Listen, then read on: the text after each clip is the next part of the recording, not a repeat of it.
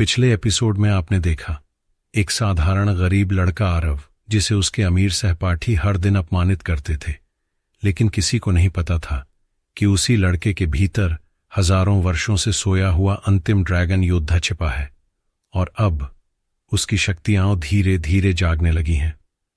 सुबह की पहली किरण गांव की झोपड़ियों पर पड़ रही थी। आरव अपनी मां के साथ छोटे से घर में बैठा सूखी रोटी खा रहा था। उसकी मां ने उसके सिर पर हाथ फेरते हुए कहा, मां, बेटा, एक दिन भगवान तुम्हारी सारी तकलीफें खत्म कर देंगे। आरव मुस्कुराने की कोशिश करता है। आरव, मां, मुझे बस आपकी मुस्कान चाहिए, बाकी सब मैं सह लूंगा। वह अपना पुराना बैग उठाता है और स्कूल के लिए निकल जाता है। स्कूल पहुंचते ही हमेशा की तरह वही होता है। राहुल, करण और उनके अमीर दोस्तों का ग्रुप उसे देखते ही हंसने लगता है। राहुल, अरे देखो, हमारा गरीब हीरो आ गया। करण, आज भी वही फटी हुई शर्ट, लगता है नई खरीदने के पैसे नहीं है। पूरी क्लास हंस पड़ती है।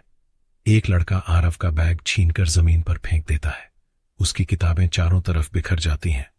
आरव चुपचाप उन्हें उठाने लगता है। तभी क्लास की एक लड़की निशा ये सब देखती है। वह आगे बढ़कर उसकी किताबें उठाने लगती है। निशा, तुम लोग किसी की गरीबी का मजाक क्यों उड़ाते हो? राहुल हंसते हुए कहता है।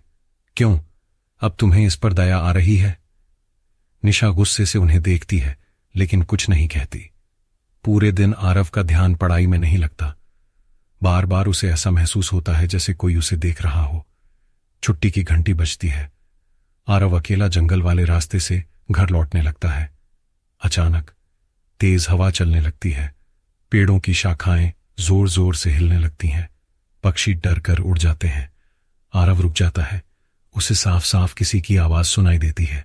आरव, वह घबराकर पीछे देखता है लेकिन वहां कोई नहीं होता। फिर वही आवाज। समय आ गया है। आरव डर जाता है कि कौन है।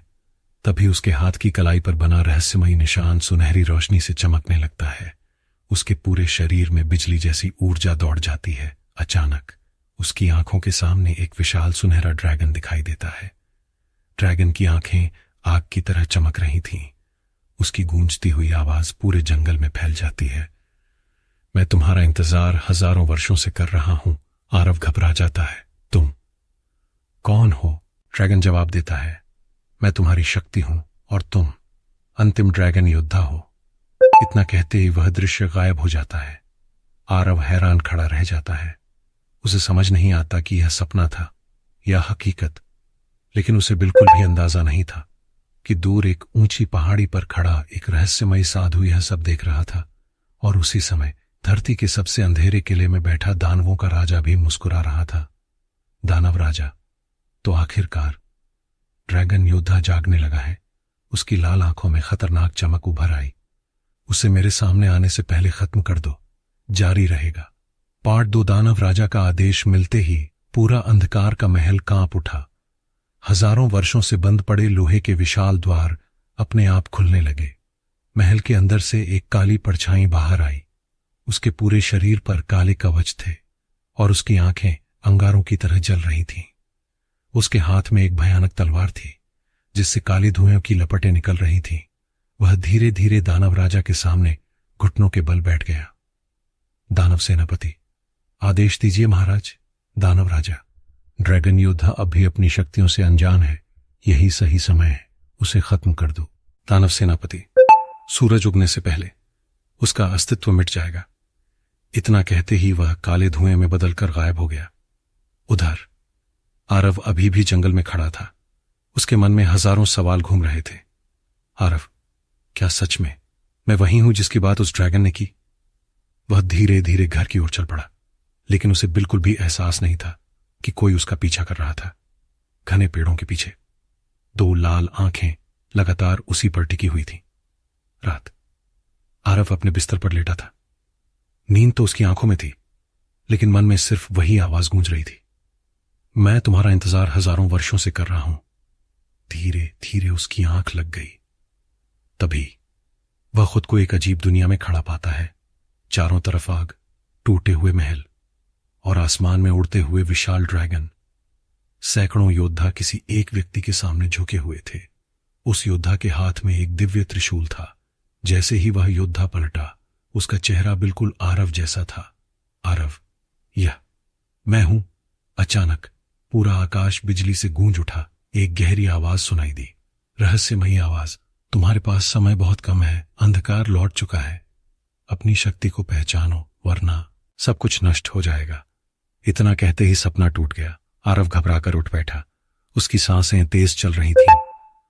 अगली सुबह स्कूल में वार्षिक खेल प्रतियोगिता होने वाली थी। सभी छात्र मैदान में इकट्ठा थे। राहुल, देखना, गरीब लड़का इस बार भी सबसे पीछे आएगा। करण, अगर दौड़ते दौड़ते भूख लग गई तो क्या करेगा? सब जोर जोर से हंसने लगे। दौड़ शुरू हुई। शुरुआत में आरव सबसे पीछे था, लेकिन अचानक उसकी कलाई का वही रहस्यमयी निशान चमकने लगा। उसके पैरों में जैसे बिजली दौड़ गई। कुछ ही सेकंड में वह एक एक करके सभी बच्चों को पीछे छोड़ने लगा। पूरा मैदान हैरान। निशा, ये कैसे हो सकता है? आरव खुद भी समझ नहीं पा रहा था कि उसके साथ क्या हो रहा है। लेकिन तभी